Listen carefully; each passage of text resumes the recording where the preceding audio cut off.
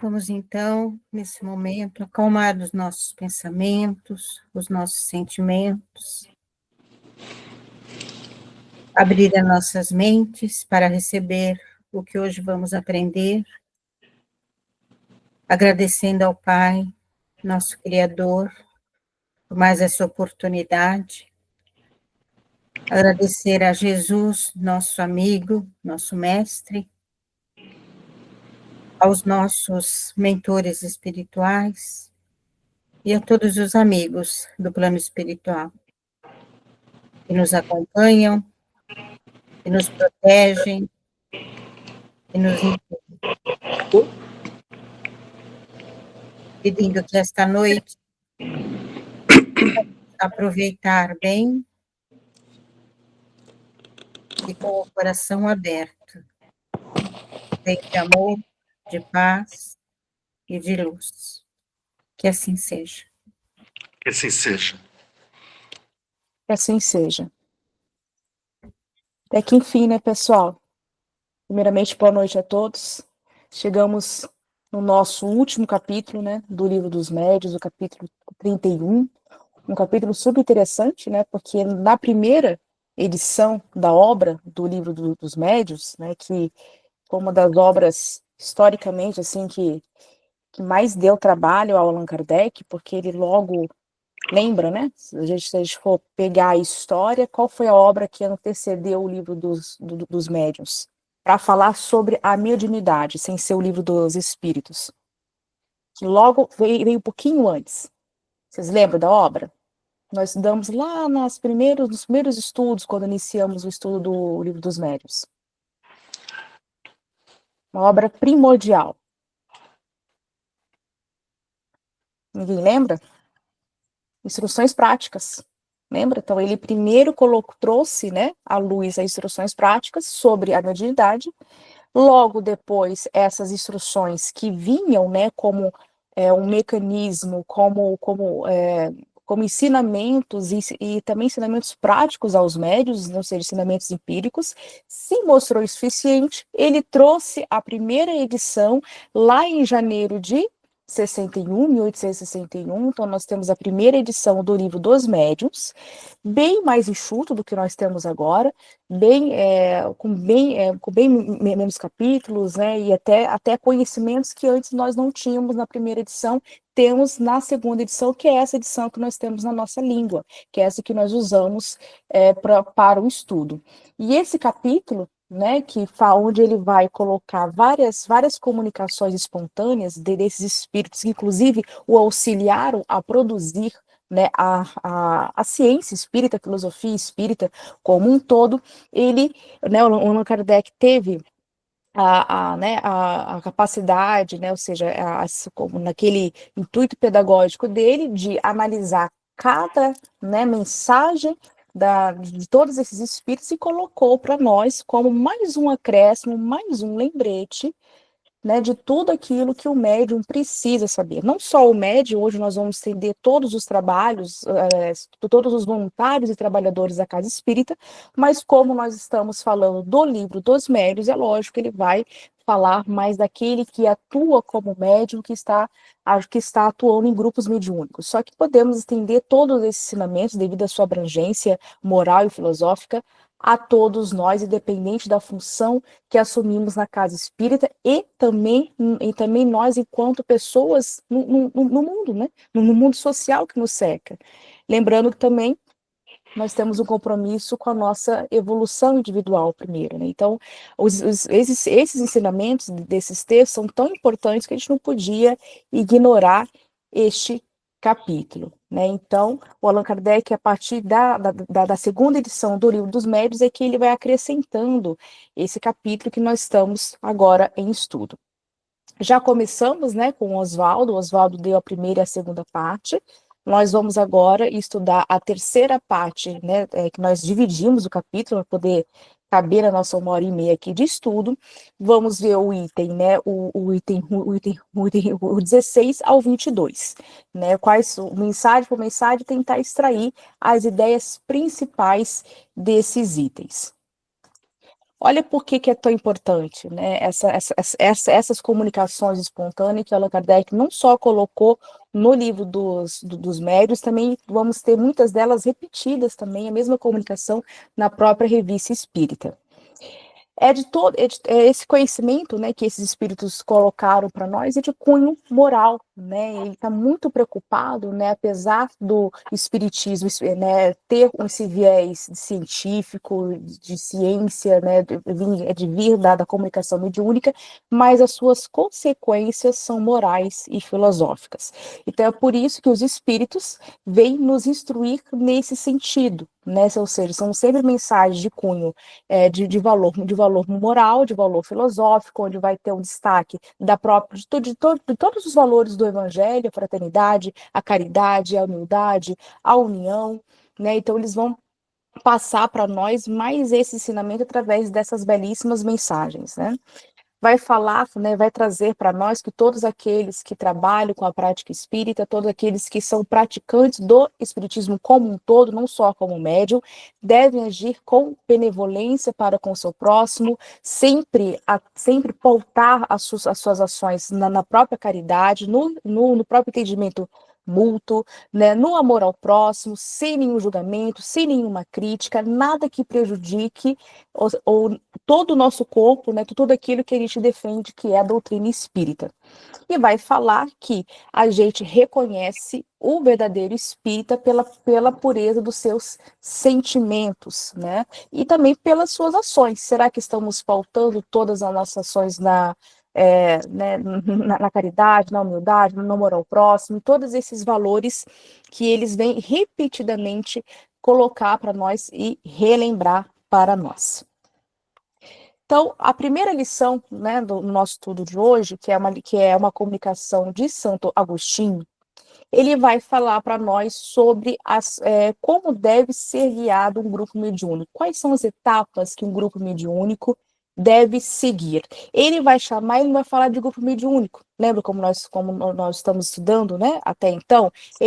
Os espíritos vão usar a nomenclatura de sociedades espíritas, que hoje podemos, né, fazer um paralelo e reinterpretar como centros espíritas, em especial os nossos grupos mediúnicos, tá? Porque aqui ele está falando do trabalho prático espírita, daquele que está trabalhando diretamente com os espíritos, ou seja, os grupos mediúnicos.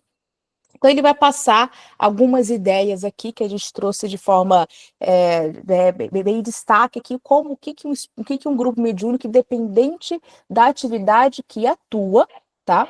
Dependente da atividade que atua, ele precisa ter isso como base, né? A primeira lição que o Santo Agostinho nos coloca é a necessidade da prece, de sempre iniciarmos o grupo mediúnico com a prece, ou seja, com a invocação a Deus, com a prece que vai promover a harmonia, a união entre todos aqueles que estão envolvidos no grupo mediúnico e vai chamar, né, vai colaborar para a gente criar um campo, né, fluídico, porque o que dá qualidade aos fluidos ali é o nosso pensamento, é a nossa vontade, e a prece vai dar essa qualidade moral a todo esse ambiente, que vai proporcionar que os bons espíritos, principalmente os patronos daquele trabalho, principalmente os nossos anjos da guarda, nós quanto médios, quanto trabalhadores dos grupos mediúnicos, e o próprio vamos colocar assim, os próprios espíritos que estão ali envolvidos naquele trabalho. Então, eles vão ser invocados, né? Não é evocação, né? É invocado, ou seja, eles serão chamados pela prece quando a gente realmente, né, está atribuindo o sentimento de verdade àquele ambiente, né? Então não pode ser uma prece somente com palavras, tem que ser com o coração, e todos precisam estar bem unidos a isso, né? A prece também vai ter uma função do quê? De ajudar, né? De ajudar a afastar aqueles espíritos que porventura ali não deveriam estar ali. Eles não estão ali para poder ter uma assistência, eles não estão interessados em receber aquela instrução, eles querem apenas atrapalhar, né? Eles querem confundir os médiuns. Esses espíritos, eles vão terminar sendo afastados devido à prece, realmente, se ela tiver a qualidade, né? Outra questão, outra qualidade, né, que o Santo Agostinho nos coloca, que todos precisam ser responsáveis, ou seja, então todos nós, enquanto trabalhadores da casa espírita, principalmente enquanto médiuns, precisamos ser responsáveis pela nossa função. Ou seja, agir com ética, né? Agir com ética, porque a equipe espiritual depende de nós. Né, ou seja, o médium, a parte da matéria, né, o ser material que somos nós encarnados, também eles precisam de nós, não só no sentido fluídico, mas também aqueles espíritos que estão ali sendo atendidos, por exemplo, eles precisam se comunicar através do médium. Então, o médium não é somente um veículo que pode não ter nenhum compromisso ético, pelo contrário. Né? Por mais que a faculdade mediúnica não dependa da nossa moral, a nossa moral vai exercer total influência na nossa produção mediúnica, no nosso comportamento diante de tudo isso. Então eu sou responsável quando estou no grupo mediúnico. Isso quer dizer o quê? Eu não posso faltar. Tenho que estar em dia com todos os meus estudos. Qual é a minha intenção de realmente estar nesse grupo mediúnico? Né? Então, tudo isso vai envolver a nossa ética pessoal diante do nosso trabalho. Outra questão que o Santo Agostinho nos coloca também é que todos, através dessa ética, que tem que ser compartilhada por todos, tudo isso vai formar a união, uma unidade e uma força de trabalho. Então, todos aqueles que estão envolvidos no grupo mediúnico precisa estar todo mundo em sintonia. Precisa estar todo mundo ali voltado para o bem. Precisa estar todo mundo ali querendo aquele trabalho. E realmente invocando a Deus, invocando os bons espíritos. Senão, se tiver uma pessoa ali que esteja totalmente deslocada, isso vai influenciar, sim, no grupo mediúnico. Tá? Então, é como ele coloca aqui, né? Então, forma realmente vamos colocar assim, uma cadeia de pensamento única, que isso fortalece o grupo mediúnico, isso atrai os bons espíritos e o trabalho é executado de uma maneira como deveria ser. Né? Outra questão é sobre a simplicidade e a humildade, né? Ou seja, o trabalho ele tem que ser o mais simples possível. Né? Ou seja, o trabalho mediúnico ele não precisa de fórmulas, como o Santo Agostinho coloca, não precisa não tem nenhum rito, não precisa de uma roupa especial, não precisa de nada. Né? Ou seja, quanto mais humilde for o médium e aquele que está ali trabalhando na equipe mediúnica, não só os encarnados, principalmente como os desencarnados também, lógico que aí vamos ter, como o Santo Agostinho coloca, um bom grupo mediúnico. Né? Então, nós temos que sempre agir com humildade e com simplicidade, sem grandes fórmulas. Isso, né, lógico, né, isso também vai bater na nossa vaidade, né? Ou seja, um médium não pode ser vaidoso, não podemos admitir um médium vaidoso. O médium é aquele que sempre tem que estar combatendo a vaidade e o quê? E o orgulho, porque realmente, né, vamos colocar assim, os grandes perigos que levam a muitas perturbações espirituais. O próprio médium, ele mesmo se prejudica. Outra questão, né, o que o Santo Agostinho nos coloca, é sobre os ensinamentos, né, que ali serão colocados, a produção mediúnica, né? Nós temos que ter o cuidado com tudo aquilo que é feito, que é produzido, e justamente não posso propagar, não posso divulgar nenhuma mensagem, nenhuma produção mediúnica que não tenha sido muito bem avaliada, não tenha passado pelo crivo do próprio julgamento, da própria razão, porque senão eu vou estar divulgando alguma comunicação, por mais que tenha uma assinatura ali bonita, algo que pode ser antidoutrinário, que pode ferir o corpo de princípios espíritas. Então eu enquanto grupo, o grupo ele é responsável por tudo aquilo que ele propaga. Tá? Então, aqui, né, vale para grupos mediúnicos que, por exemplo, vão receber as comunicações de cunho filosófico, científico, vão produzir uma obra mediúnica, um livro mediúnico, tudo isso eu tenho que tomar muito cuidado para poder, né, para poder divulgar isso, porque somos responsáveis por tudo aquilo que a gente produz e divulga, né? Então, Santo Agostinho, todos esses ensinamentos aqui, o Allan Kardec já colocou para nós. Isso aqui é só um reforço, né, que alguns que esses espíritos estão colocando para nós, no caso aqui o Santo Agostinho, né, falando, né, mais uma vez nos chamando a essa responsabilidade ética. Então, eu sou responsável quando eu estou no grupo mediúnico, eu sou responsável pelo aquilo que eu produzo e para aquilo que eu estou propagando. Percebe que não é o espírito responsável, né? Somos nós. Essa mensagem é para nós encarnados, para nós que estamos ali compondo o que? O centro espírita, o grupo mediúnico. Então, nós somos responsáveis por tudo aquilo que a gente produz e por tudo aquilo que a gente também divulga, que leva a público. Até porque, né, depois o Santo Agostinho falou que algumas comunicações, algumas obras terão uma visibilidade e um impacto social grande. As obras do Chico, por exemplo. Olha o impacto mundial que essas obras não tem, através, né, de Emmanuel, de André Luiz e outros espíritos que ele também recebeu. Ou seja, todas essas obras, antes, né, de pertencer, antes de ser considerada uma obra espírita, elas passaram por anos de avaliação.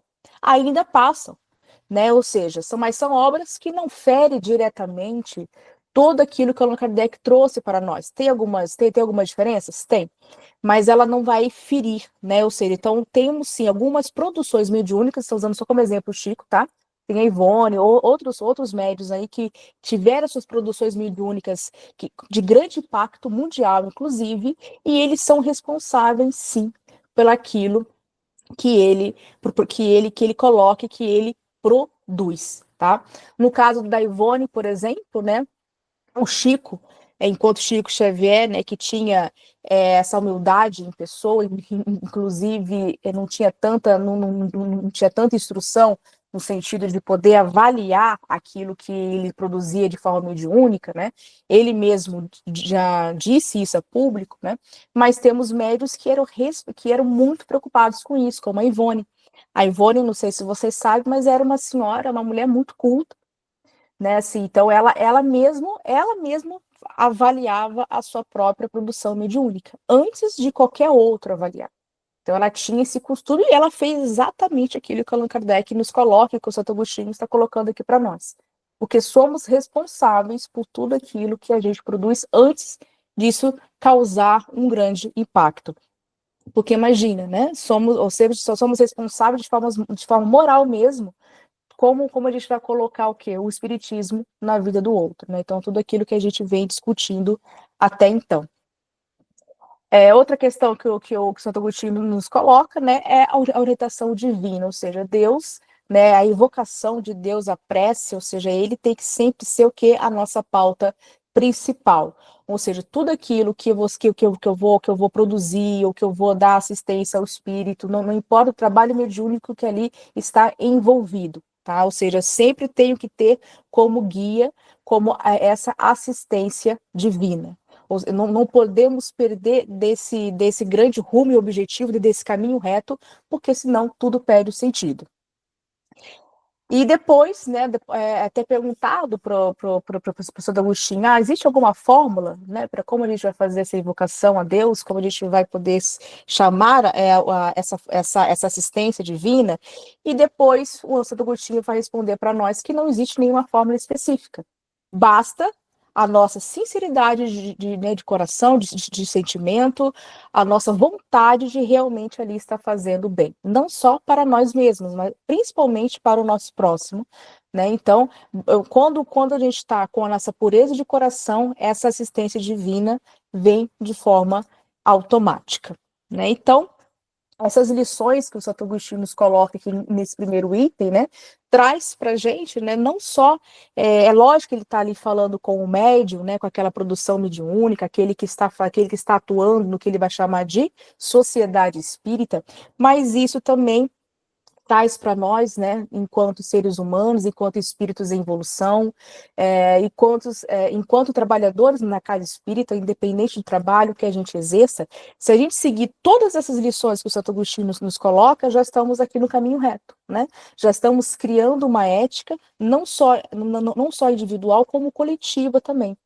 Ou seja, estou preocupado, né, com a própria, né, sempre ter bons sentimentos, sempre invocar a Deus, trabalhar para o próximo, sempre avaliar o meu trabalho, ou seja, ter um autoconhecimento, uma autocrítica, né? Será que eu estou fazendo o meu trabalho direito? Será que eu posso divulgar essa produção mediúnica? Né? Será que eu posso dar essa palestra? Será que eu posso caminhar esse estudo dessa maneira? Será que eu estou aplicando o passo de forma correta? Não importa o trabalho que a gente tenha na casa espírita. Hoje os trabalhos ganhou uma dimensão muito maior do que aquilo que o Allan Kardec tinha até 1862. Tá? Ganhou muito, né? Então, ou seja, Allan Kardec não viu o movimento espírita que nós temos hoje, por exemplo. Então, hoje, mas todos esses ensinamentos continuam vigentes, não é mesmo? Então, se a gente se manter, né, se a gente for para a casa espírita com esse pensamento de ajudar o próximo, de ter a união, de criar essa força de pensamento, de todo mundo estar ali trabalhando em conjunto, não importa qual o trabalho, em nunca divulgar coisas errôneas, porque senão eu estou responsável até pela doutrina espírita, quando eu estou ali atuando na casa espírita, ou quando eu estou conversando com alguém, ensinando sobre, né, sobre aquilo que eu creio, sobre aquilo que eu acredito, então sou responsável por isso também, né? Então, ainda mais quando essa informação, quando a gente sabe que isso pode ter um grande impacto, né? Então, por isso que o Santo Agostinho fala, olha, cuidado com aquilo que a gente está produzindo e com aquilo que a gente está falando. Alguma questão, pessoal, até agora, sobre essa mensagem que o Santo Agostinho nos coloca? Algum comentário? Como a gente pode ver, né, todas essas... Alguém quer falar alguma coisa? Né, eu estava vendo ali, né, que como Kardec e como essa própria mensagem diz, né, para procurarmos sempre a invocação. É interessante que ele diz todo momento para você invocar o bom espírito. É invocar e nunca evocar, né? Que evocar nós compreendemos sempre que é chamar espíritos carentes, espíritos necessitados, espíritos que acabaram de desencarnar e que esses espíritos que acabaram de desencarnar às vezes não estão preparados ainda para evocações, né? Para ser chamados e daí tanto Kardec que até ele fazia essa invocação antes para perguntar para Santo Agostinho, para perguntar para os espíritos que estavam com ele naquela época lá, se poderia chamar um espírito sofredor. Todos os espíritos sofredores que ele evocou, primeiro perguntou para um espírito mais elevado se era possível chamá-lo, né? Aquele um que morreu lá na ponte, afogado, aquele que ele chamava de coronel lá. Então, todos eles, ele chamava primeiro se poderia ser evocados. Então, eu achei bem interessante esse ponto também que Santo Agostinho coloca agora também, que devemos sempre estar com boas intenções, querendo fazer o bem, mas invocando um bom espírito para poder eles escolherem os espíritos que podem ser evocados, ou seja, pode ser dirigido ao trabalho da reunião mediúnica. Então, Exatamente. Esse ponto eu achei bem interessante, que tanto Allan Kardec fazia isso, e agora Santo Agostinho vem falar a mesma coisa, né? Exatamente. Obrigado. Imagina, eu que agradeço. A invocação, né, é o primeiro passo, né? Eu pedir essa assistência divina, né? E Deus vai atuar através dos seus filhos, ou seja, dos nossos irmãos maiores, que vem ao nosso chamado. Como a gente falou, primeiramente, o nosso anjo da guarda, né? O Allan Kardec fala para nós, né? Um grupo modelo, o que seria o grupo modelo? É aquele que trabalha tanto com a evocação e com as comunicações espontâneas, né? E a primeira evocação vai, né, como Allan Kardec coloca, vai dizer Allan Kardec, tem que ser o nosso anjo da guarda. Então, primeiro, né, hoje a gente vai chamar de mentor, né? Então, primeiro, dar espaço ao mentor, né? Seja o mentor de cada um do médio, seja o mentor do grupo, o mentor da casa espírita ali como um todo. Então, dar a primeira voz ao mentor pode ser através da evocação ou da comunicação espontânea. Mas antes, como você muito bem falou, tem que ser, né, sempre guiado por Deus, através da invocação, através da prece. Essa assistência vem primeiro, depois abre-se o trabalho, aí sim, pode evocar outros tipos de espírito, e sempre respeitando, né? Porque muitas vezes ele não tem nenhuma condição. Por isso, quando Kardec trabalhou bem vários capítulos sobre evocação, né, conosco, falando, olha, nem sempre o espírito vê o nosso chamado e a gente precisa respeitar. Pode ser por várias razões. Muitas delas, porque às vezes ele não quer, ele não pode, ele tem outra função, ele tem outra atividade, ele ainda está em uma perturbação espiritual, é um espírito sofredor, então ele não tem ainda entendimento e capacidade para poder vir ao nosso chamado. Então, sim, são várias circunstâncias, né, que nós estudamos quando a gente falou sobre o processo de evocação. Mas aqui, né, ele está falando sobre da invocação, né? É a nossa prece inicial que a gente faz antes de qualquer trabalho espírita, antes de qualquer atividade que a gente faz na casa espírita, sempre pedindo essa assistência divina através dos nossos irmãos maiores que vêm quando realmente, né, a gente faz isso com coração, com humildade, com essa postura de pedir ajuda e assistência, essa ajuda vem de forma automática, né? Como diz o Emmanuel, as preces são como cartas, né? Que sempre, nunca se perdem, elas não são extraviadas, elas sempre são atendidas de acordo com com a nossa necessidade, com o nosso merecimento, né? Então, o grupo mediúnico é muito bem, né? Se ele tiver ali focado no trabalho, como aqui no caso, ele realmente nunca vai estar desamparado, sempre vai estar com a própria assistência divina, tanto que quando nós estamos em um grupo mediúnico sério, onde as pessoas ali estão atuando, a gente até se sente bem estar ali, é como se a gente estivesse experimentando um pouquinho ali do mundo espiritual, é uma sensação muito, muito, muito gostosa mesmo.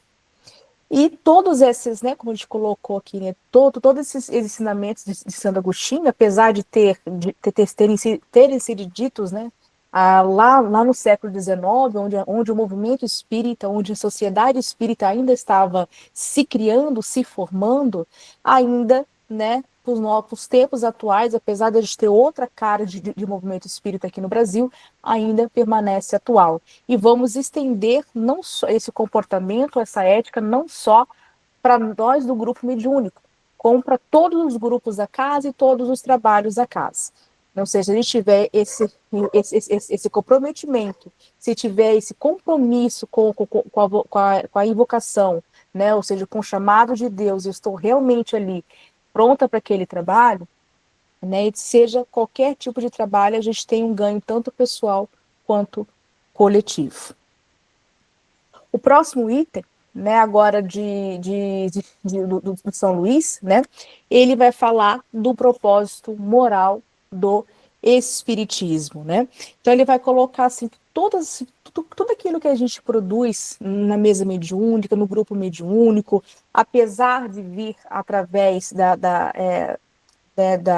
própria mediunidade, do próprio fenômeno, a essência, né, ou seja, aquilo que a gente precisa extrair mesmo, né, o sentido moral e filosófico de tudo aquilo que a doutrina espírita tem para dar para nós, né? Então, o espiritismo ele vem como uma filosofia, como uma religião, como uma ciência de bases filosóficas que vem para poder trazer para nós um sentido, né, e um conhecimento que nos ajuda na nossa elevação moral.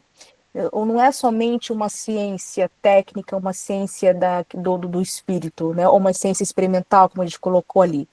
Apesar de advir historicamente e de trabalhar isso como seu objeto de estudo também, ou seja, a produção mediúnica precisa ter em sua essência um conteúdo moral e filosófico que beneficia a todos, né? Então, isso que o São Luís vem mostrar para nós, né? Depois, Allan Kardec reproduz ali nessa obra o Espiritismo em sua expressão mais simples, né? Tem um capítulo ali que ele vai colocar as máximas extraídas dos ensinamentos dos Espíritos no item 35, ó. O objetivo essencial do Espiritismo é o melhoramento dos homens. Ele já fala isso desde a conclusão do livro dos Espíritos, e ele repete isso em todas as suas obras, né? Então, não se deve procurar nele senão o que não pode ajudar no seu progresso moral e intelectual. Ou seja, todos esses conhecimentos, todo esse serviço que a gente faz, tanto para o próximo quanto para nós mesmos, tem que nos servir para a nossa evolução, principalmente moral. Senão, se a gente não pegar, como o Herculano Pires coloca para nós, né, quando ele está falando da própria educação do espírito, se todo esse conhecimento espírita que nós temos, isso não me servir como educação, porque o que a gente está recebendo aqui é um monte de instrução, né, quando a gente está lendo os livros, quando a gente está debatendo aqui, mas qual outro passo que a gente também tem nesse grupo como objetivo? Transformar tudo isso em educação do nosso próprio espírito. Isso precisa virar uma chave em mim, que isso vai fazer o quê? A minha, né, que isso me ajude na nossa evolução moral e intelectual também. E é isso que o São Luís veio trazer nesse texto, né, colocando para nós, falando assim, olha, médiuns, tudo aquilo que você produz, tudo aquilo que você divulga, né, precisa ter em sua essência, em seu conteúdo, questões morais e filosóficas, né? Até porque ele vai falar assim, né? O São Luís fala assim: a missão dos espíritos não é resolver as questões científicas ou outras questões que as outras ciências ordinárias já têm como objeto de estudo e elas já estão preocupadas com isso. Qual é o grande objeto de estudo? Qual é o grande paradigma do espiritismo? O espírito. E esse espírito, apesar de nascer dele uma ciência experimental, mas é uma ciência experimental com bases filosóficas e moral. Então, ele vem auxiliar esse espírito, né? Ou seja, todo esse conhecimento que a gente tem, desse intercâmbio, desse espírito entre esses dois mundos, o mundo material e o mundo espiritual, que a gente conseguiu obter através de todas essas comunicações mediúnicas, tudo isso tem que me servir, né, para o nosso, né, para a nossa evolução moral, né, e para que a gente crie uma ética através disso. Né? Então, por isso que o propósito moral do Espiritismo é realmente essa busca por nossa evolução e é também um auxílio na busca da evolução do nosso próprio, do nosso próximo. Né? Então, a gente precisa, né, realmente reconhecer qual é a verdadeira missão ou seja, se eu tô recebendo esse conhecimento, mas isso não está eu não estou transformando isso em educação, algo está errado. Né? Se eu estou no grupo mediúnico, se eu estou dando passe, se eu estou dando palestra, se eu estou como aluno ali na casa espírita ainda, e isso não está fazendo sentido para mim, isso não está me tocando, alguma coisa está errado. Né? Ou seja, então o Espiritismo não conseguiu atingir o seu grande fim, que é realmente nos melhorar. Né? Então, porque é o que ele já traz para nós, né? Se a gente for voltar lá na primeira obra, lá no capítulo, lá na conclusão, ele vai falar, né, que o fim último do próprio Espiritismo é o progresso moral, né? Ou seja, em um mundo, né, que ainda está presente, em um mundo totalmente carente, em um mundo totalmente materialista, vem o Espiritismo. Qual é o outro apelido que o Espiritismo recebe através do seu Evangelho? Como Cristo? Como que a gente chama o Espiritismo também? Redivivo? Exatamente, Rogério. Como o cristianismo redivivo, ou seja, ele veio relembrar com bases científicas, com bases filosóficas, lógico que trazendo uma outra linguagem pedagógica, mas ele veio relembrar tudo aquilo que o Cristo já nos colocou. Né? Então, por isso que veio com o mesmo objetivo de Cristo, que é o quê?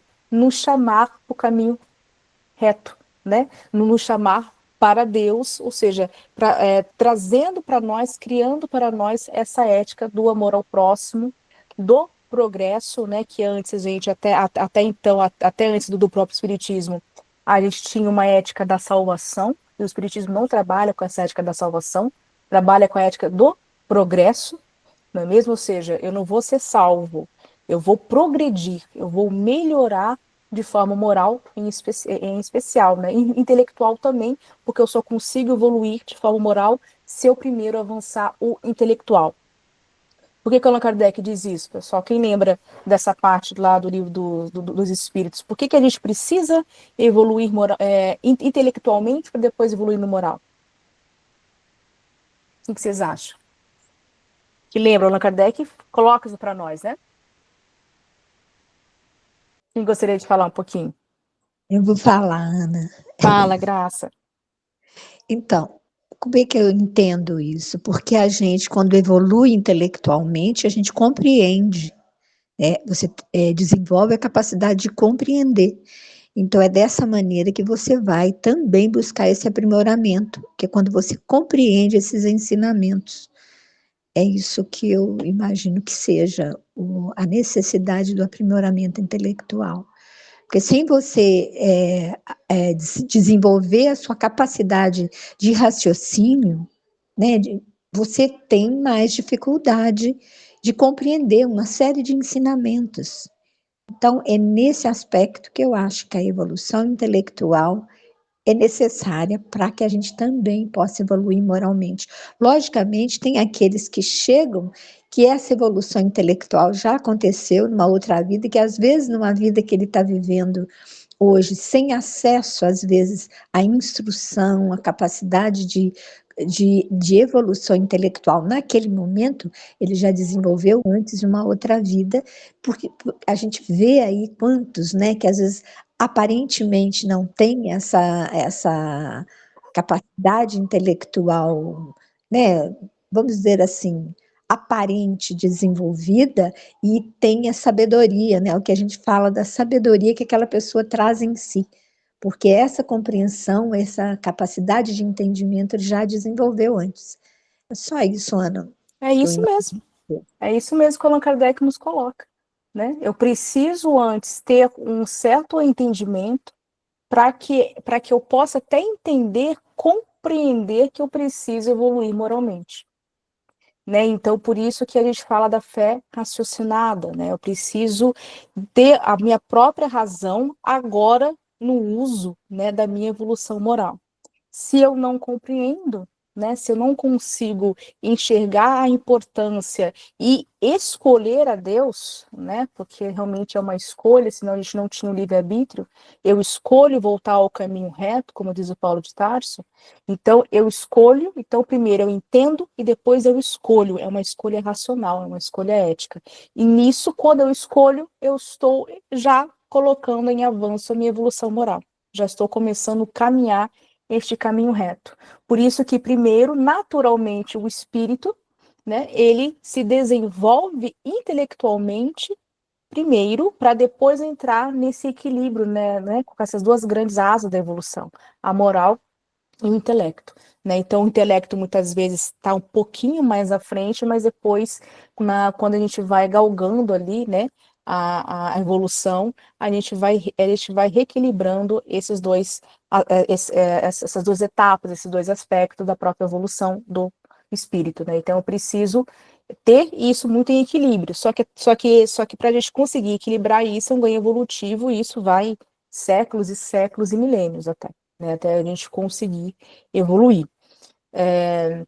Antes disso, né, antes disso, como que a gente, né, como que a gente tem esse benefício? Através da própria instrução dos nossos irmãos maiores, né, como São Luís aqui, que vem relembrar para nós a importância, né, da gente estar sempre atento à nossa evolução principal do espírito, né, que é a nossa evolução moral. E isso também, né, a gente começar a cultivar e praticar na casa espírita. Né? Não só no grupo mediúnico, mas também na casa espírita para com todos, porque só assim eu vou ter uma prática mediúnica, uma prática espírita, como a gente colocou ali, autêntica, pautada na ética, né, no autoconhecimento, né, e numa busca não só para aquele fenômeno. O fenômeno é importante, ele tem que ser estudado, claro, mas eu tenho, né, que extrair dessa ciência a grande moral, né? Se eu não conseguir transformar tudo isso em conhecimento, se eu ficar apenas observando ali o fenômeno e não conseguir ver o que está por trás dele, né? Ou seja, esse espírito que quer se comunicar e que quer trazer, inclusive trazer um conteúdo moral, né? Se eu não conseguir fazer essa ponte daquilo que é instrução ao conhecimento, vai dizer Plano Pires, eu não estou fazendo direito à evolução do meu espírito, né? Então, por isso que a gente tem que estar sempre atento, né? E vigilante enquanto a nossa evolução moral. Né? Então, precisamos, né? E essa comunicação do São Luís permanece atual, né? Como a gente colocou ali, ela é totalmente, né? Porque apesar do próprio Espiritismo ter nascido com uma base científica e experimental, e isso não pode ser excluído, tem que ser analisado até hoje, mas o seu verdadeiro aspecto, né? Ou seja, que é a parte moral, vem visar a nossa transformação interior, né? Ou como a gente gosta de chamar de reforma íntima. Eu não gosto muito desse termo, parece que a gente, né, assim, eu não gosto desse termo reforma íntima, porque eu acho muito. Eu prefiro, né, falar que a gente se transforma moralmente, né? Que a gente vai galgando na própria escada evolutiva e vamos nos transformando. Então, essa mensagem de São Luís veio, né, como mais um alerta a nos avisar, olha, né, precisamos, né, primeiro se autoconhecer, porque eu preciso, lembra, para eu conseguir a moral, eu preciso, né, ter esse autoconhecimento, ver realmente aquilo que eu estou precisando evoluir, para que eu possa, né, para que eu possa colocar todas essas nossas potências da alma em andamento. Lembrando, né, onde que estão escritas a nossa evolução moral, né? Segundo o que Allan Kardec ele coloca, né, os espíritos respondem a Allan Kardec, está na nossa consciência, né? Então a nossa consciência que é acessada, né, que é acessada desde quando a gente atinge a evolução nominal ali, né, o espírito, quando a gente realmente ganha agora, sai do princípio inteligente, vira um espírito, e a gente alcança a idade moral, essa consciência, ela já está o quê? Ela já se abre para que a gente possa evoluir moralmente. Antes somos seres amorais, não temos compromisso moral. Depois que a gente atinge essa evolução, nós temos um compromisso moral, começa ali. Né? Então, quando a gente começa com a nossa primeira existência como ser hominal, ou seja, como ser humano, quando a gente já reencarna num corpo de um ser humano, eu já tenho esse compromisso moral. É lógico, né, que até a gente atingir o nível, né, de espírito puro, vai, né, não é nem séculos, é bilhões de anos, tá certo? A evolução, ela não dá saltos, vai dizer Allan Kardec, mas o nosso compromisso moral, ou seja, nós já estamos em curso. Então, esse compromisso moral que a gente tem, primeiro com Deus, conosco mesmo, e também temos com o nosso próximo, a gente vai aplicar também na casa espírita e no grupo mediúnico ou qualquer outro grupo. Eu tenho esse compromisso moral para com todos. Tá certo? Alguma questão, pessoal? Até agora que vocês gostariam de comentar?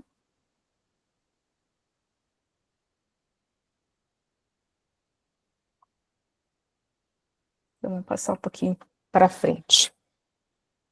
São Luís nos traz outra mensagem, né? Agora falando, né, relembrando a parte histórica, desde quando o Espiritismo nasceu, né?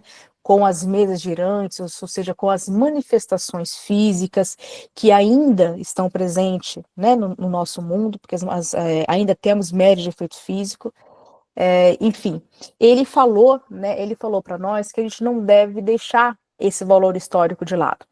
Até porque foi através dessas mesas girantes, né, ele colocou que chamou a atenção de quem? Do Allan Kardec, que era ali o cientista que estava realmente o único que conseguiu enxergar daquelas mesas girantes que, historicamente, nós vamos lembrar, elas estavam sendo utilizadas para diversão, né? O Allan Kardec viu aquilo como uma ciência. E é através das mesas, né, da mesa falantes e girantes que o Allan Kardec conseguiu construir o paradigma do espírito. E ele conseguiu perceber, olha, essa mesa fala, né, e ela fala uma fala inteligente, há uma inteligência ali por trás, ora, há um espírito comunicante. Então, foi através desse fenômeno, né, ou seja, que o espiritismo começou a nascer e a caminhar, e tem o seu valor histórico.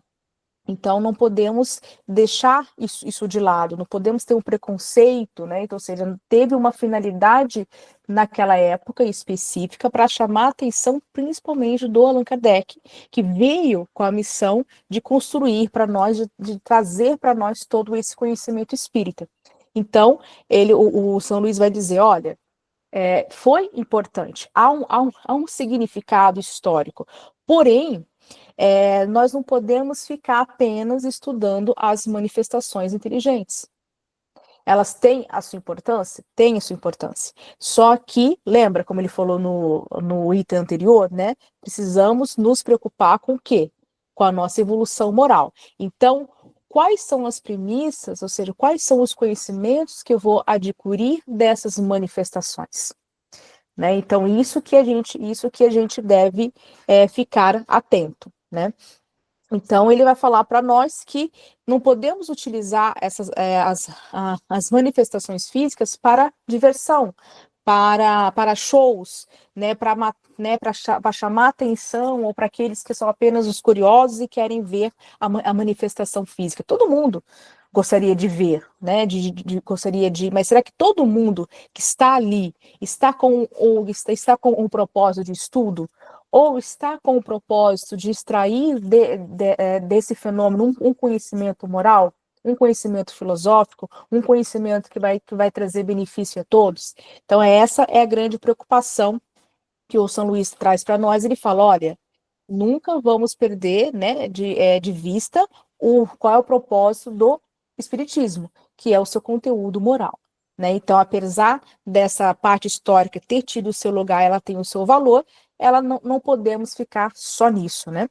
Por isso que depois, ao longo da obra, que nós vimos dessa obra, o Allan Kardec, sem desmerecer os estudos, a mediunidade de efeito físico, né? Inclusive ele fala de grupos mediúnicos específicos que produz os fenômenos físicos, ele fala que é muito mais fácil, muito mais produtivo, até para extrair comunicações sérias e morais e filosóficas, de comunicações, me utilizar de médios de efeito inteligente.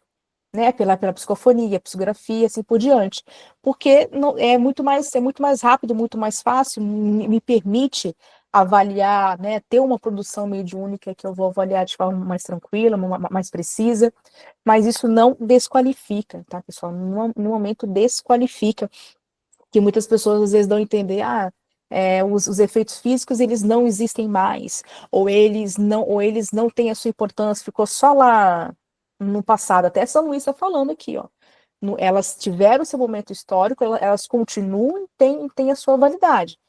Muitos estudos vieram através desses estudos iniciais de Kardec, que a gente traz benefício até hoje, que a gente traz estudo até hoje. Né? Se hoje nós temos estudo de cura mediúnica, de coisa séria que traz o benefício a todos, veio através do quê? Do próprio, né, da gente pegar os fenômenos físicos e estudar.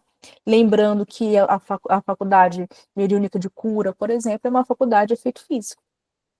Né? A gente não pode esquecer disso, e beneficia quantas pessoas? Né? Quantos médios já tiveram com essa capacidade e quantos benefícios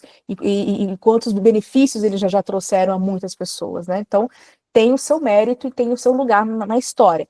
Porém, né, porém, a gente tem que extrair de tudo isso o seu conteúdo moral. Né? Ou seja, sempre na busca da verdade, ele coloca, né? Nunca transformar isso em um espetáculo, em algo, porque realmente chama atenção os efeitos físicos, né?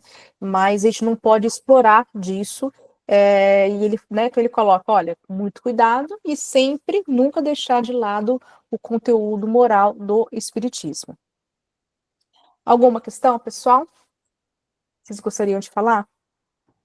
Deu para entender a questão do efeito físico que o São Luís colocou para nós? Alguma dúvida? Ô, Ana, eu queria falar um negócio aqui.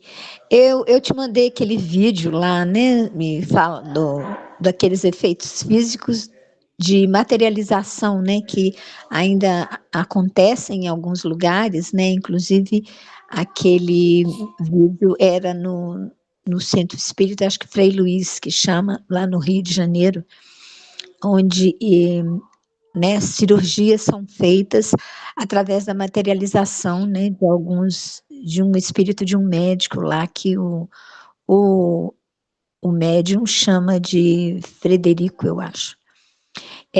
Então, assim, a gente fala que efeitos físicos estão menos, né, a gente fala menos deles hoje, ou eles acontecem menos, mas aquele dia, quando eu te mandei, foi justamente porque é uma coisa que não é daquele tempo, né, é de agora, que não sei se ainda acontece, mas o vídeo, ele não é tão antigo.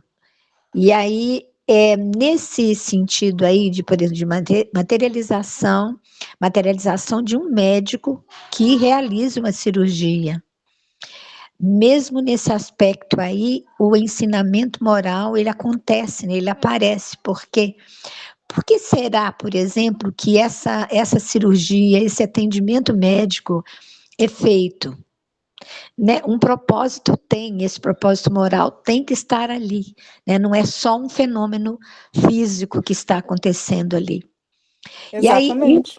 E aí eu fico aqui pensando, né, eu falei, gente, o que será que acontece ali e que a gente que vê o vídeo, né, eu não estava presente, né, durante o fenômeno, o que está acontecendo? Porque aquele médico lá, o Frutuoso, né, acho que é Frutuoso que é o sobrenome dele, ele é um homem profundamente, assim, a gente percebe nos vídeos, eu já vi vários vídeos dele, assim, envolvido, né, moralmente com a questão espiritual, né, ele é espírita e tudo mais.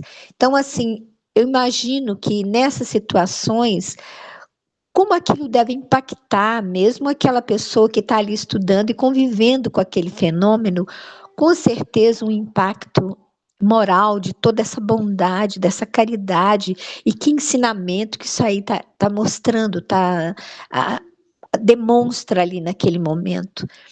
Porque eu fico pensando, aquela pessoa que foi procurar uma ajuda e que foi ajudada num fenômeno assim, olha que coisa maravilhosa que para quem participou e para aquela pessoa que recebeu esse benefício, olha o impacto disso na vida das pessoas, É né? isso mesmo. Nossa, é uma coisa assim tão bonita, né? Tão linda.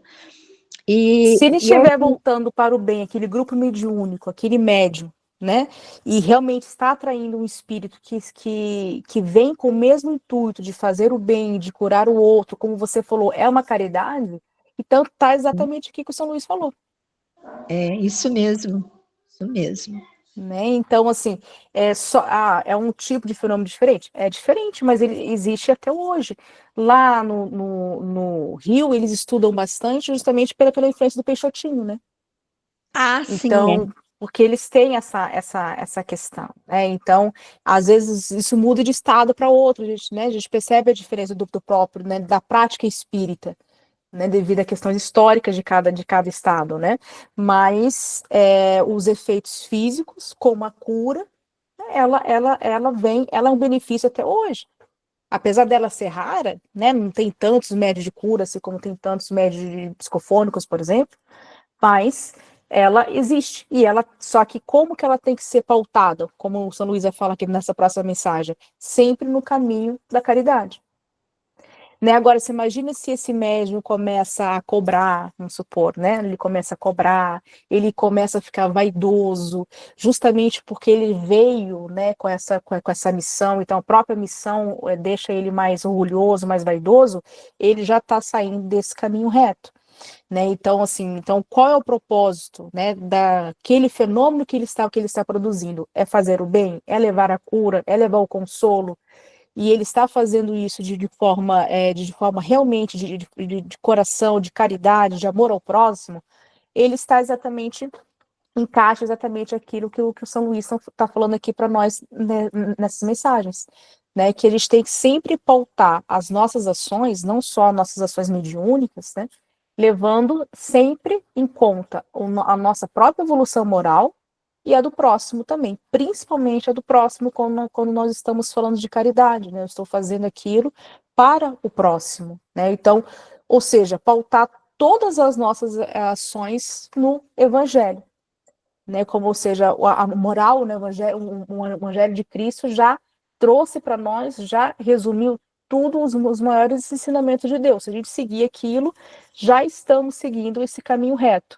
Não é à toa que é colocado para nós, o Cristo é colocado para nós como nosso grande guia e modelo, né? Aliás, ele é colocado para nós de várias formas, né?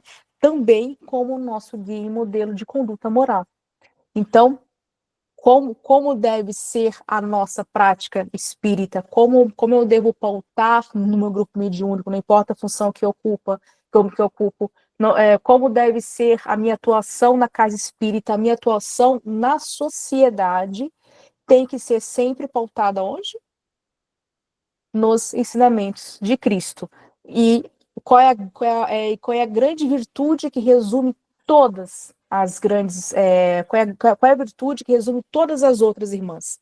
A caridade. Né? Então, aquele que é caridoso já é aquele que, com certeza, já apreendeu em seu espírito todas as outras virtudes. Ele já é paciente, ele já é benevolente, já é indulgente.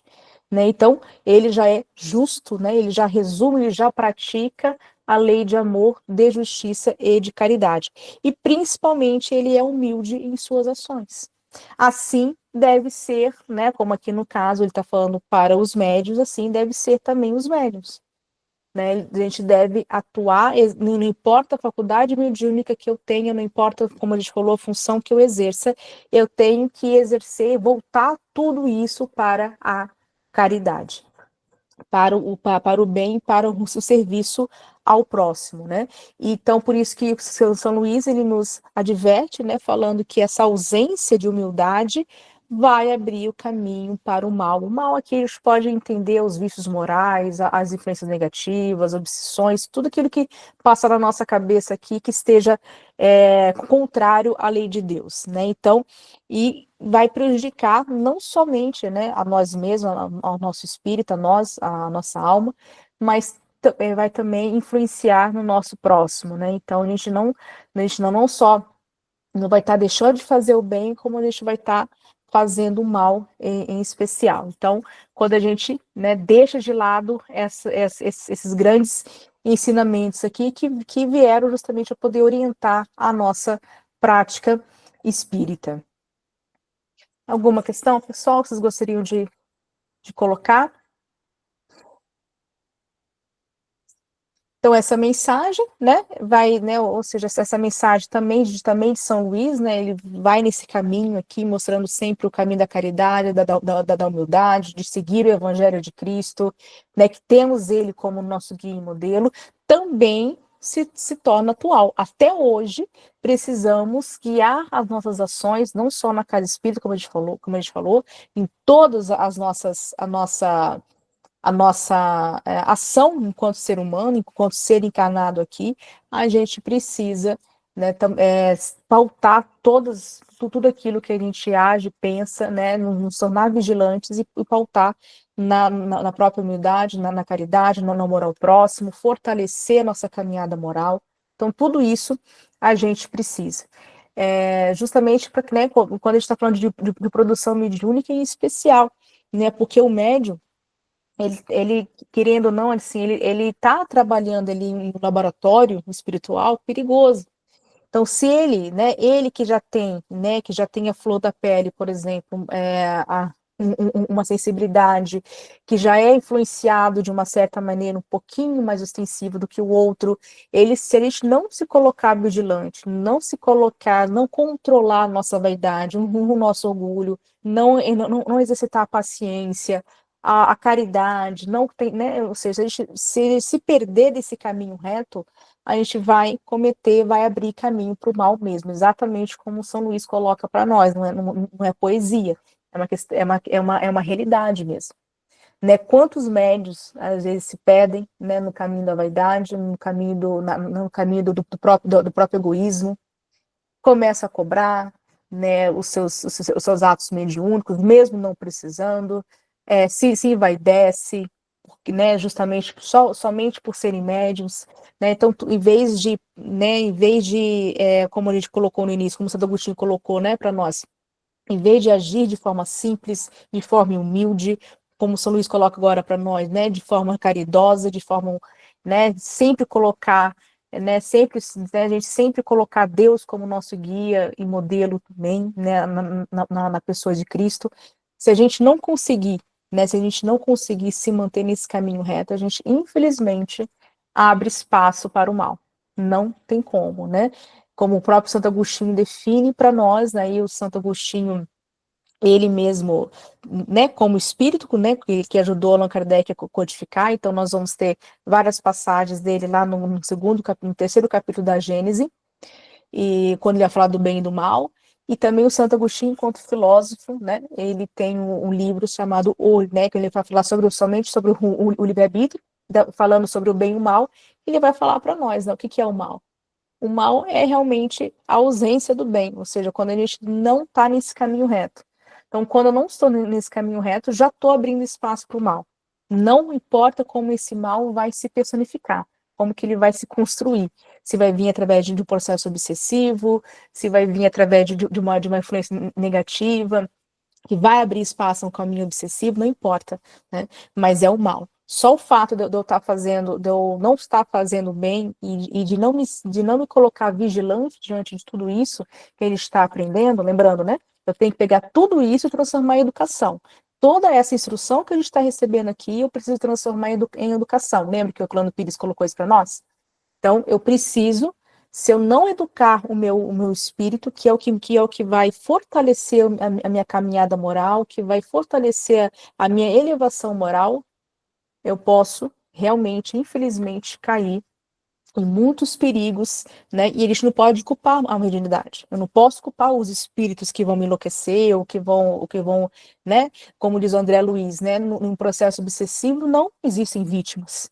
Ou seja, eu me deixei muitas vezes, infelizmente, né, eu me coloquei numa postura que eu abri espaço para eles, eu abri um espaço mediúnico para eles e, infelizmente, eu sou responsável por isso, né? Por isso que a gente fala tanto em uma responsabilização, em uma ética perante a faculdade mediúnica ou como qualquer outra atividade na casa espírita. Alguma questão, pessoal? Até então, o que vocês gostariam de colocar?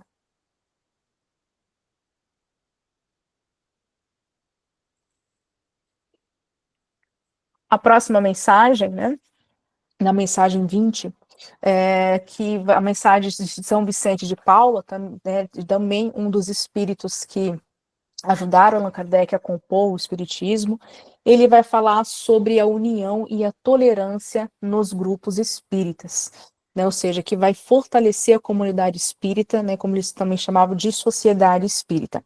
Se eu não tiver união entre as pessoas, entre aqueles que fazem parte do mesmo grupo, nada, né, nada vai, nada, né, ou seja, aquele feixe de união que o Santo Agostinho colocou para nós, aliás, criar esse ambiente de humildade, de caridade, de trabalho mútuo, se eu não tiver união, nada feito. Então é imprescindível que todos aqueles que pertencem a um grupo mediúnico, a um grupo público, a um grupo de estudo como o nosso, a qualquer atividade da casa espírita, eu preciso de união, que todos os seus integrantes fiquem unidos, né? E principalmente em um mesmo objetivo. Então, isso é um dos grandes princípios, vamos colocar aqui, né, da prática espírita, um princípio moral e também um princípio prático. Eu preciso dessa união para que eu possa criar os grupos. Por isso que quando um colega, algum trabalhador da casa espírita é encaminhado a um grupo mediúnico, por exemplo, ele passa por entrevista, ele precisa ser aceito pelos outros membros mais antigos, justamente para ter união. Vamos supor que entre uma pessoa ali que não está em sintonia, ou que pensa diferente, ou ela se adapta, aquele grupo que já está posto, ou ela realmente vai ter que ser encaminhada para um grupo que esteja mais adequada à sua forma de trabalho. Né? Então, ela precisa se unir, ou seja, há uma identidade fluídica também ali de pensamento. Então, senão eu vou quebrar essa união, essa força-tarefa aqui que todos precisam ter de forma unida. E para que, só que viver em grupo, né? Ele vai falar, ele está falando para nós, né? Espíritos totalmente imperfeitos, né? Pelo menos falo por mim. Então, ele vai falar assim, olha, vai ter problemas. Todo grupo humano vai ter problema, né? Ou seja, a gente vai criar vamos ter algumas dificuldades. Porém, cabe a cada integrante de grupo ser indulgente.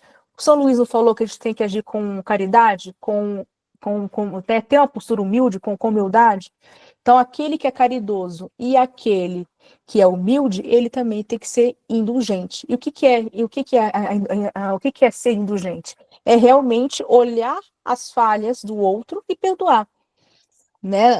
Ou seja, todos nós, né? A gente traz as nossas dificuldades, as nossas qualidades, temos o que contribuir com o grupo grupo também tem que contribuir conosco, com a gente também. E nessa onda de trabalho, né, no dia a dia, vamos dizer assim, pode ser que há algumas coisas, há alguns conflitos. Quando houver conflitos, né, não vamos expor os defeitos do outro, né, ou seja, vamos ser indulgentes, vamos só expor e colocar em evidência suas qualidades. Agora, quando houver algum problema, vamos agir com caridade. Vamos pensar o que Jesus faria no meu lugar. Né? Vamos agir, né? Vamos perdoar tudo em prol da união do nosso grupo também. Não só em benefício daquele irmão e do meu próprio benefício, mas no benefício de todos, daquela união do grupo. Né? E o São Vicente também, né, vai falar assim, olha, quando essa união se quebra, né, quando isso vai dar mais entrada ao mal, ou seja, repetindo aquilo que o São Luís falou para nós, né, e ele vai colocar fora que vão ter espíritos que vão se aproximar, né, que vão tentar cultivar a calúnia, os ciúmes, a inveja, vão tentar cultivar em nós do grupo, né, alguns sentimentos que vêm justamente para perturbar. Só que a gente, como grupo, se a gente se manter unidos, né, com o nosso evangelho em dia, vigilante e sempre guiados por esses bons espíritos, eles vão se cansar e a gente vai vencer, né, esse mal, a gente vai conseguir seguir, né, humilde, né, aliás, conseguir unidos com todos, né? Então, todo o grupo da casa espírita, ela precisa de uma convivência harmoniosa, né? Onde vamos cultivar amizade, onde vamos divulgar as qualidades do outro, ensinar, aprender, né? Que tem aquele que só quer ensinar, mas não quer aprender, acha que sabe de tudo. Então, assim, lembra?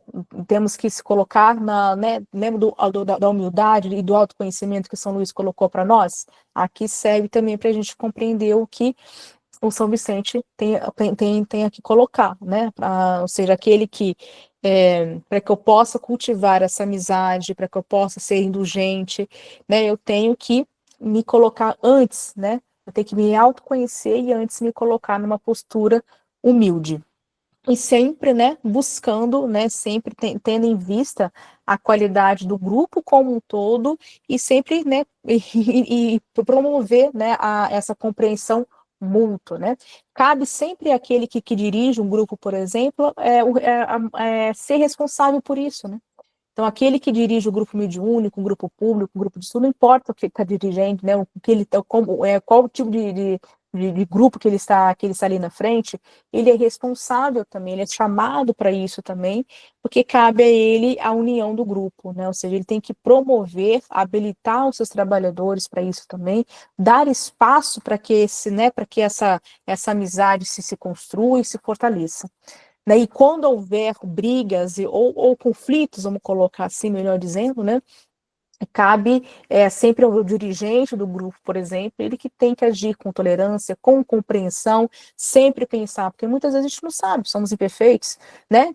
Lembra que o Senhor Agostinho colocou, olha, invoca Deus, né? Deus vem em meu socorro, né? O que o Cristo faria? Será que ele ia expor o defeito daquele irmão ou será que ele seria indulgente? A nossa consciência já nos coloca, né? A gente já tem a resposta, basta praticar. É difícil, né? Mas ninguém disse para nós que seria fácil. Mas já deu, né? Mas a resposta moral nós já temos, né? Então, é assim, né? Como que a gente, né? Então, o São Vicente vai colocar, uma das coisas que a gente tem que fortalecer o nosso grupo vem através dessa força de todo mundo unido, né? Todo mundo respeitando o outro e sendo tolerante, tá certo? Sempre agindo, né? Com humildade, com a caridade, ele repete tudo aquilo que o São Luís colocou nas últimas duas mensagens.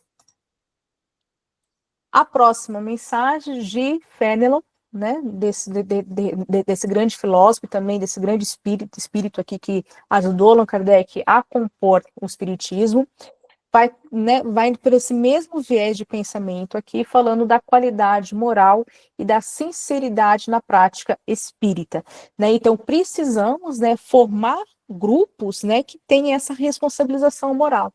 Então, não posso admitir grupos só por brincadeiras, grupos compostos só por pessoas curiosas e querem ali brincar com aqueles espíritos que também aqueles espíritos que vão estar em grupos de brincadeira eles vão estar ali na mesma sintonia, não é espírito bom, ele não vai estar ali, né? Ou pelo menos espírito com uma certa evolução, não vai se encontrar. Então, e não é esse tipo de grupo mediúnico que a gente quer na casa espírita. Ou, né, e nem Allan Kardec queria grupos mediúnicos assim. Então, se eu quero grupos sérios, eu preciso de médiums sérios, eu preciso de pessoas que sejam responsáveis, que estejam não só capacitadas, mas que elas entenderam ali qual é o valor moral do trabalho. Então, é exatamente isso que o Fénelon está colocando aqui para nós, né?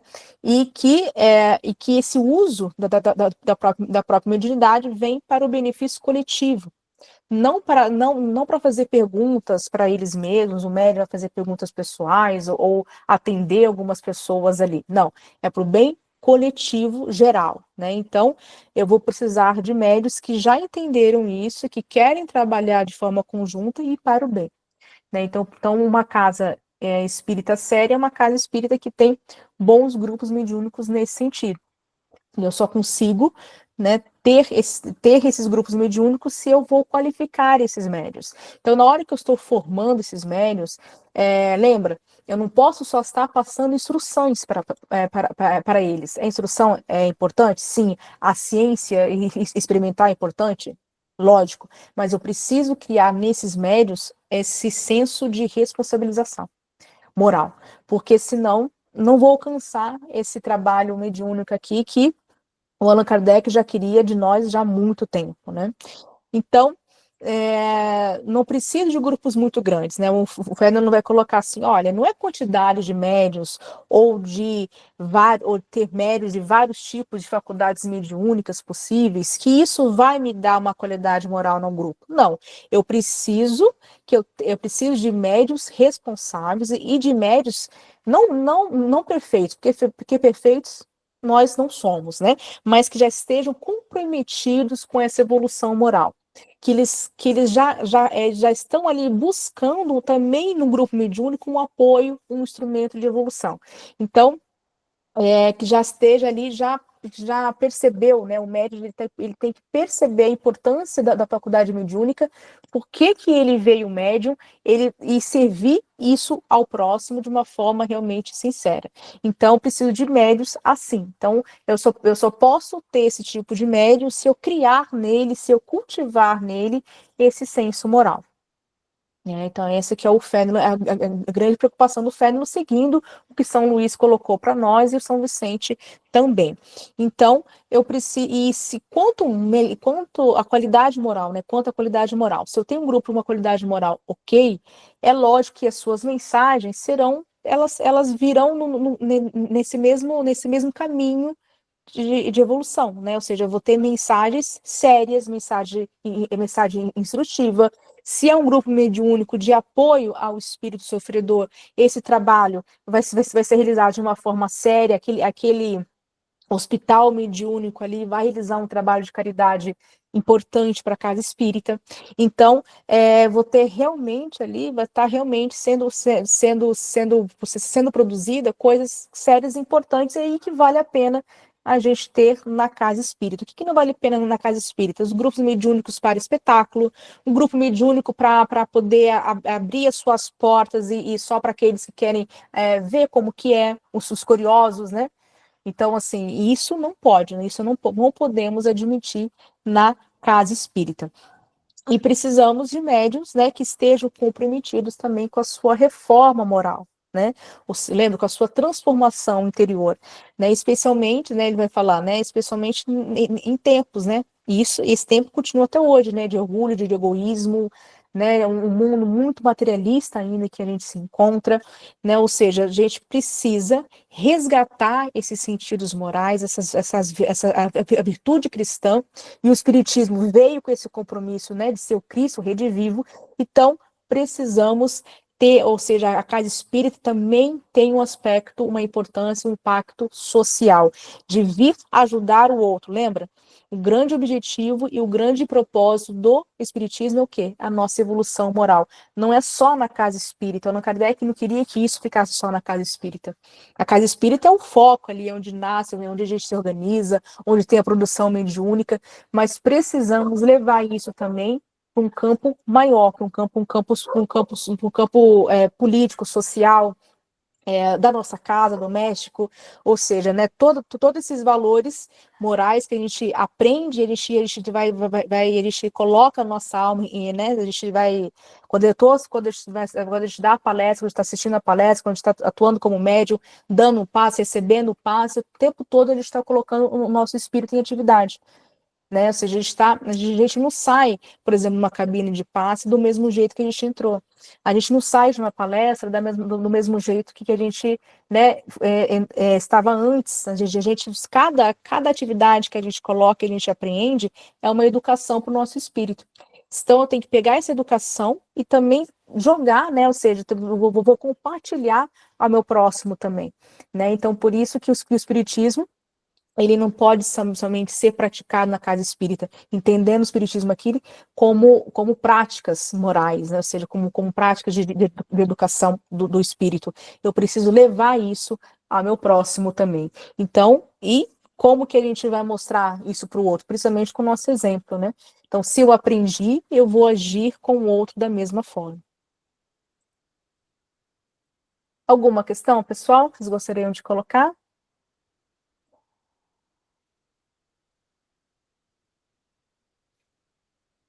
Continuando aqui, né? Então, o que ele vai, o que o Fêmea coloca para nós, né? Como que a gente vai construir essa prática espírita? Justamente quando a gente aprender a valorizar essa qualidade moral. Ou seja, ele está repetindo com outra linguagem, né? Ele está repetindo a mesma coisa que São Luís colocou para nós e que o São Vicente também colocou para nós. Ou seja, sempre colocando qual é a cereja do bolo aqui, é esse progresso moral espiritual. Ou seja, não só daqueles que estão atuando, os médiuns, como daqueles que estão sendo atendidos, os espíritos que estão ali sendo atendidos, porque os espíritos, quando estão num grupo mediúnico, né, a gente imagina, né, temos 4 médios, cada médium recebe 2 espíritos, né, se comunica com dois espíritos, mas naquele grupo mediúnico tem muito mais espíritos que estão ali sendo assistidos, inclusive de forma fluídica, né, que estão ali, a gente está doando fluidos o tempo todo, muito mais do que aqueles que foram atendidos. Então a gente imagina a dimensão ou seja, como somos responsáveis ali por aquele trabalho. Né? Então, nem todos os espíritos que estão ali, naquele grupo mediúnico ali, como fosse um hospital mesmo, eles estão em um número muito grande. Não é somente aqueles que os médios recebem, né? Não é somente aqueles que aparecem no transe mediúnico, é muito mais. Né? Então, assim, a ajuda espiritual e a ajuda que a gente recebe também é muito mais do que a gente imagina. Né? Então, só que nem todos de nós conseguimos enxergar e dimensionar isso ou sentir, mas temos que ter essa certeza que realmente ali tem tantos espíritos, né? Ou seja, pessoas desencarnadas e encarnadas muito mais do que a gente imagina. Então, tudo isso, né, toda essa ajuda, esse conhecimento que a gente ganha, que a gente dá, tudo isso tem que se transformar em educação para o espírito, que vai ajudar no nosso progresso espiritual. Mais alguma questão, pessoal? Que vocês gostariam de colocar?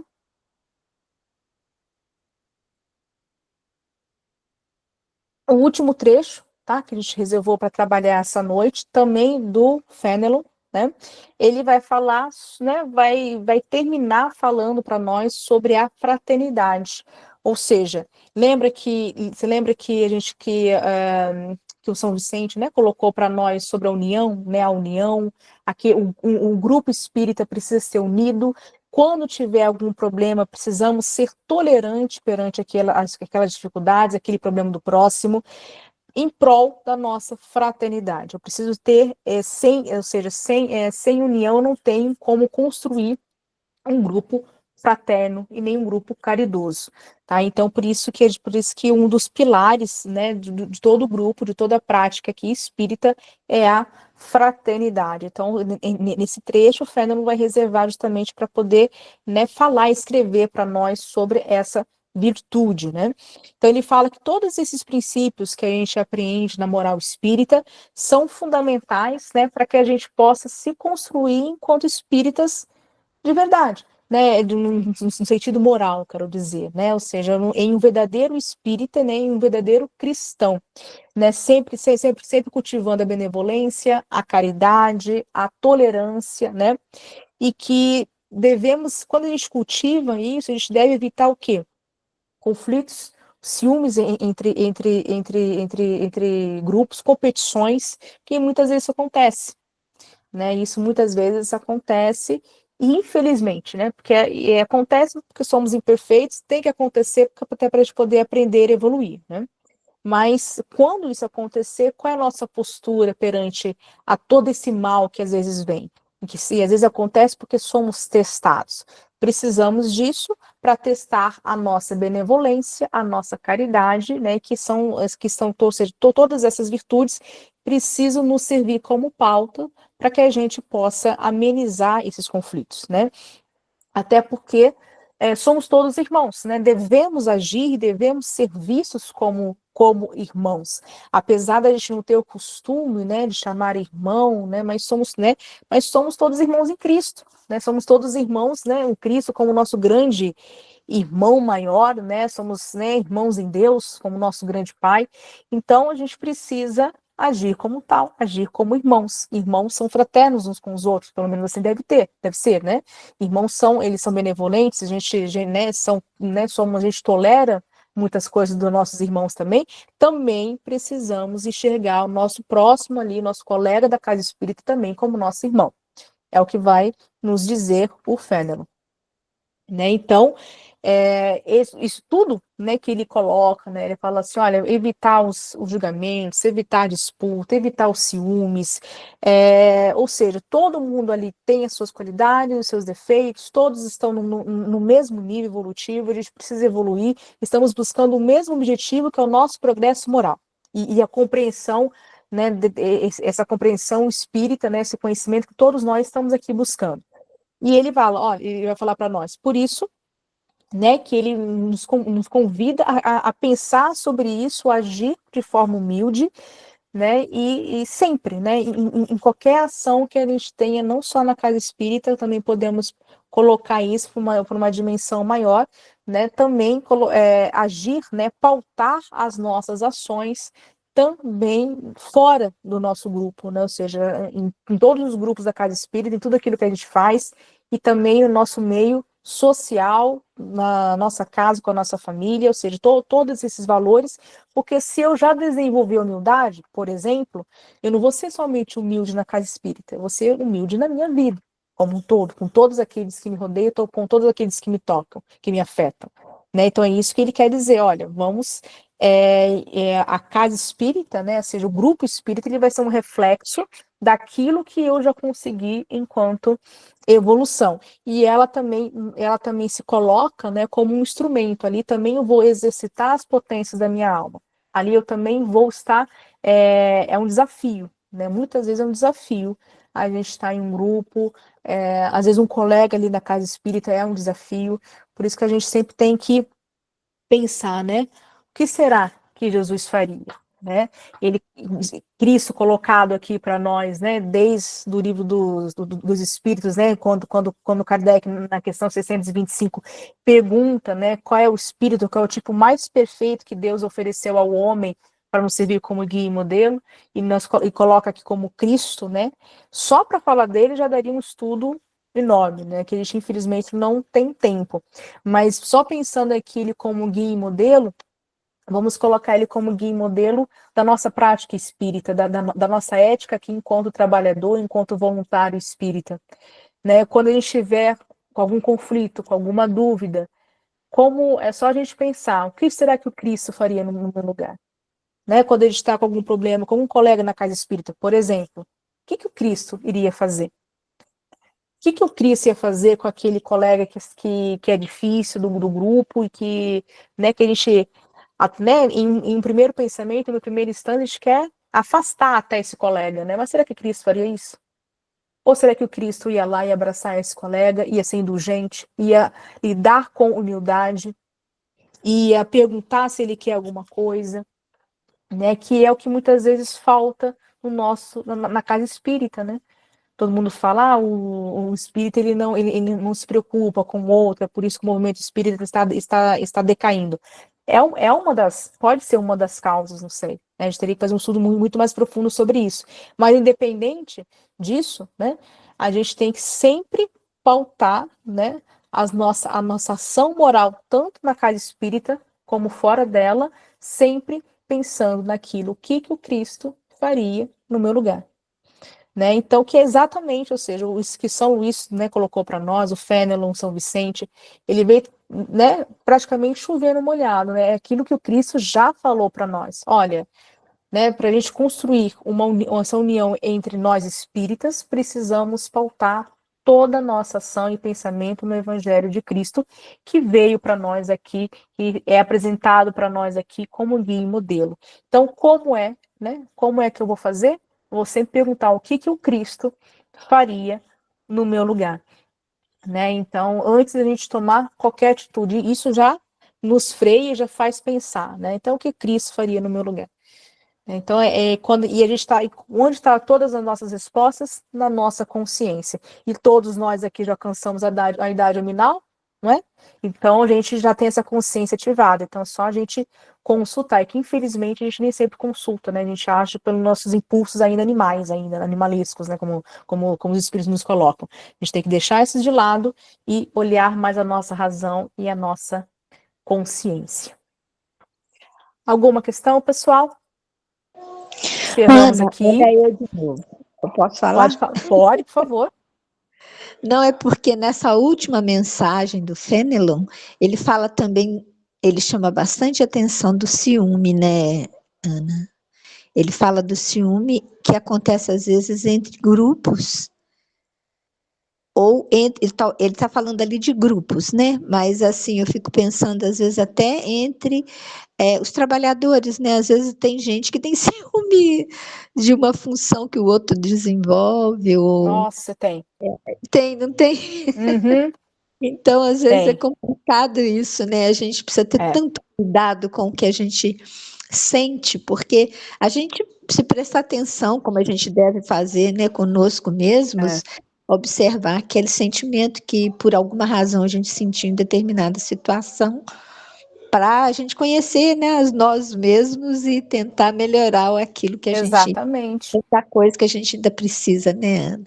É só mesmo E para até quando a gente, comentar. por exemplo, até quando a gente tem que amenizar uns ciúmes um do outro, ou às vezes chamar uma atenção, que às vezes o dirigente precisa, né?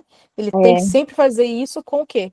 Como que o Cristo faria com esse irmão? Né? Caridade. Mas tem sim com caridade, agir com tolerância, com benevolência e sempre, né, elevando as qualidades, que todo mundo tem qualidade. Sim, Todo com mundo tem qualidade. certeza. Isso quando a gente aprende isso, né, aí fica tudo mais fácil. Mas sobre os ciúmes, Graça, isso tem mesmo. Né? Às vezes isso acontece, né? Às vezes, por exemplo, lá no nosso grupo público, por que você me tirou dos passes? Por que colocou fulaninho no passe? Porque fulaninho agora precisa desenvolver, você já trabalhou bastante, mês que vem você volta, né?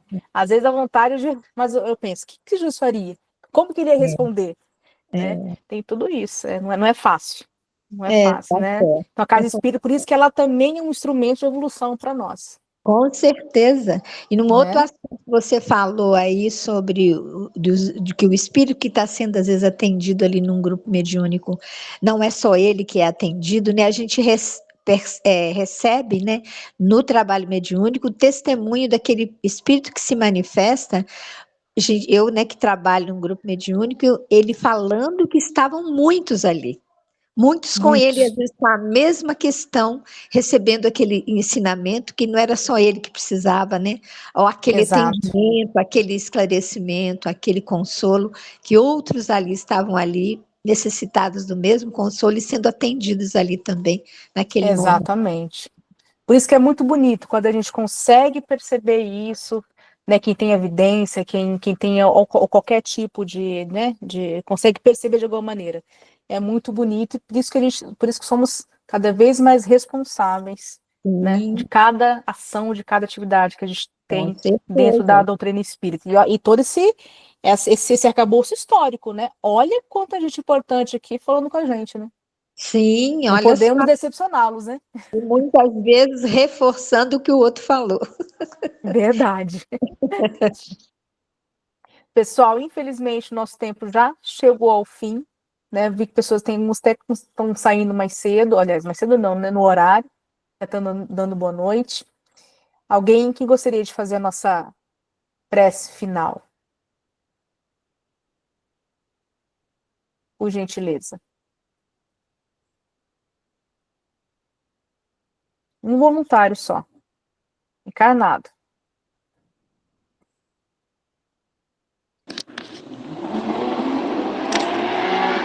Quer fazer, Rogério?